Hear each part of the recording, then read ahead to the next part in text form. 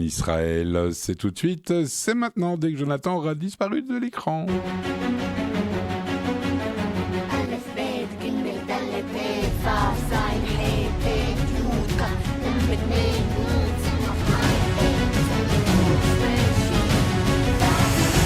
Et oui, et vous le savez, on vous en parlait dans le journal, Benjamin Netanyahou rencontrera Donald Trump aujourd'hui à Mar-a-Lago dans la soirée. Alors qu'attendre de cette visite du Premier ministre israélien auprès du président américain? On en parle avec David Benaïm, journaliste et spécialiste des États-Unis bien sûr. Lise, comme d'hab, j'ai envie de dire, il est à votre micro. David Benaïm, bonjour. Bonjour Lise Benkemoun. Merci d'être avec nous ce matin sur Radio Judaïka. Alors, cette rencontre, nouvelle rencontre, une fois de plus, entre Benjamin Netanyahou et Donald Trump, quels en sont les enjeux, David? Qu'est-ce qui est évident et qu'est-ce qu'on peut deviner des coulisses de cette rencontre? C'est exactement ça, il y a l'évidence et surtout il y a ce qui se joue vraiment. Sur le plan international, Netanyahou vient chercher une clarification sur Gaza et l'après-guerre, sur le passage à la phase 2 du plan Trump, sur l'Iran. Je pense qu'on va détailler là-dessus un tout petit peu après, et sur le niveau réel de soutien américain dans une région qui est vraiment en recomposition. Mais cette visite commence par un geste très fort, très politique, et rarement analysé à sa juste mesure. Netanyahou arrive à Mar-a-Lago accompagné de la famille du dernier otage détenu à Gaza, Ran Gvili, la dernière dépouille toujours retenue sur place. Ce n'est pas seulement symbolique, c'est stratégique. Netanyahou veut empêcher l'entrée en vigueur de la phase 2 du plan B, du plan de paix. Et tant que le dernier corps d'otage n'a pas été restitué, c'est pour les Israéliens impossible. Alors, c'est une manière de verrouiller le calendrier face à un Trump qui veut aller beaucoup plus vite. Ce qui est intéressant quand on regarde la télévision américaine depuis quelques jours, c'est la réponse qui est quasi automatique à la question quels sont les enjeux de la visite de Netanyahou aux États-Unis. La réponse est toujours la même, c'est la paix. Les enjeux seraient la paix, la désescalade, la stabilisation de ce qui est en place, la sortie de crise. C'est devenu un réflexe de langage, presque un mantra quelque part. Mais vu d'Israël, la lecture est radicalement différente.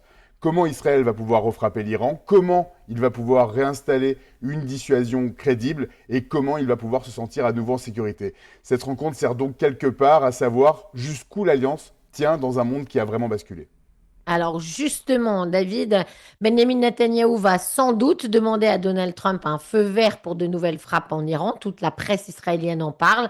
Mais l'autre question, c'est est-ce que cette fois-ci, comme en juin dernier, les États-Unis vont y aller aussi aux côtés d'Israël ou pas? C'est vraiment l'Iran qui est au cœur des discussions. Netanyahou ne vient pas pour un échange théorique, il cherche vraiment une tolérance stratégique, une couverture diplomatique et du renseignement et la certitude de ne pas être publiquement désavoué ou humilié. C'est une scène que j'anticipe et sur laquelle j'ai un petit peu peur qu'il puisse se passer à Mar-a-Lago. Il va falloir vraiment observer les différents échanges entre les deux hommes d'État. Mais pour Israël, l'Iran reste la menace existentielle numéro 1, mais Trump raisonne désormais sous un autre prisme, celui de America First.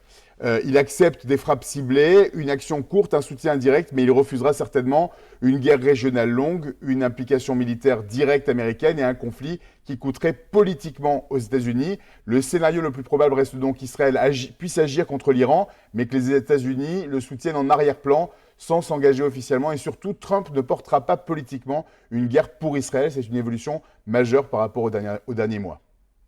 Alors, évidemment, l'autre question qui sera sur la table, David, et on en a parlé souvent sur cette antenne, c'est celle de Ran Gvili, dont la dépouille donc n'a toujours pas été rendue, alors que Donald Trump veut se dépêcher d'avancer sur la phase 2.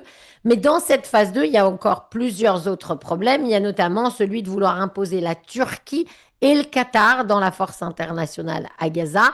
Ça donne des divergences assez importantes entre les deux hommes sur ce dossier de Gaza. Est-ce que c'est grave pour la relation Israël-Amérique, David?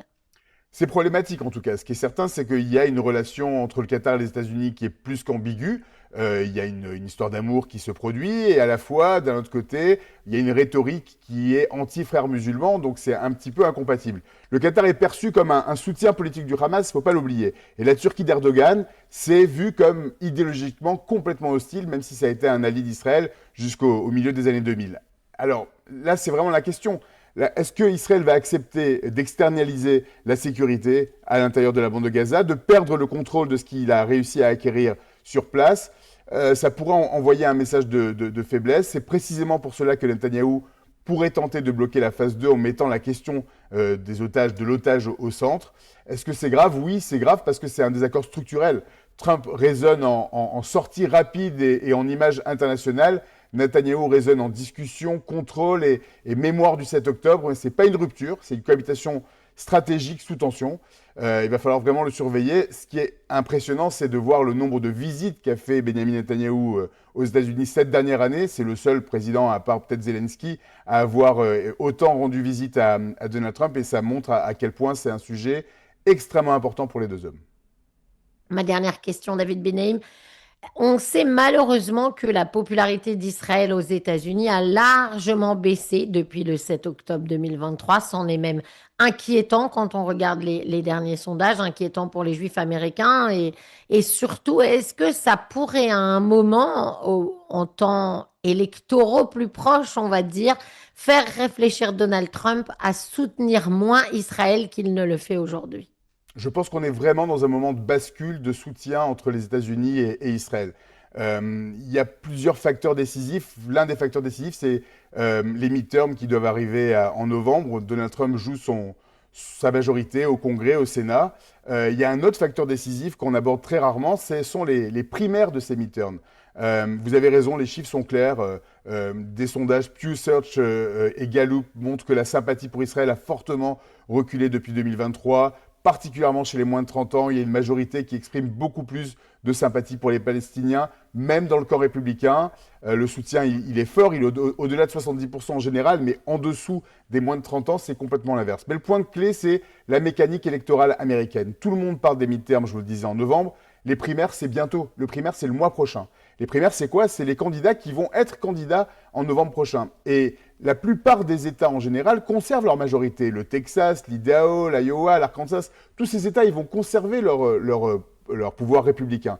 Qui vont être les candidats? Est-ce que ça va être des candidats MAGA qui soutiennent avec ferveur Donald Trump, ou est-ce que ça va être la nouvelle garde, celle d'America First, qui est beaucoup, beaucoup plus opposée au soutien inconditionnel des États-Unis à Israël? C'est là que tout va se jouer. Il y a des profils comme Marjorie Taylor Greene qui a quitté le Congrès justement pour pouvoir défendre cette ligne-là. À cela s'ajoute un écosystème médiatique MAGA qui est très puissant, qui est nourri par des influenceurs et des récits de défiance envers les alliances étrangères et particulièrement Israël, avec de l'antisionisme complètement ouvert sur les réseaux sociaux.